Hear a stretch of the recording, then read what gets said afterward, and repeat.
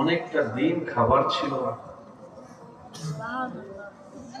বুঝবেন কথা, একটা হচ্ছে অভাবের কারণে না থাকা,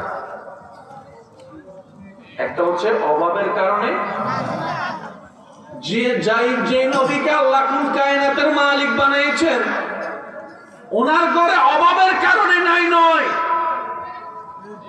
ছিল যা মানুষকে দিতে দিতেই শেষ। বুঝবেন কথা, অভাবের কারণে নয়। আচ্ছা, নবী যদি একবার বলতেন আল্লাহ দুনিয়ার হানা খাইতেন না, জান্নাতের হানা পাঠাও, বলেন বলেন বলেন বলেন বলেন, পাঠাতো পাঠাতো? নবী একবার বলছে আল্লাহ জান্নাতের খানা দাও, বলছে একবারও? বলেন না, বলছে?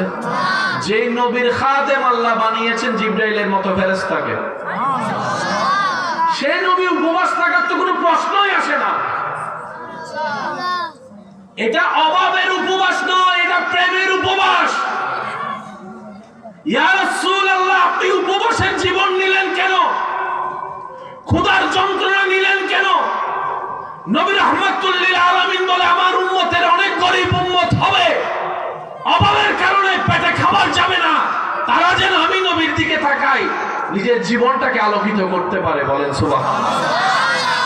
তারা যেন দুই নাম্বারিতে না যায়, তারা যেন মনকে বলে আমার নবী যদি নবী হয়ে উপবাস থাকতে পারে, আমি উম্মত হয়ে কেন পারবো না?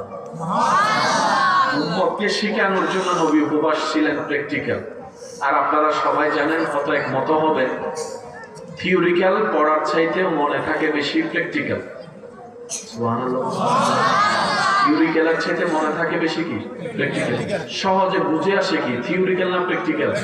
সেজন্য নবীজি নিজে নামাজ পড়িয়ে শিখিয়েছেন, সাল্লু কামা রাআইতুমুনি উসাল্লি।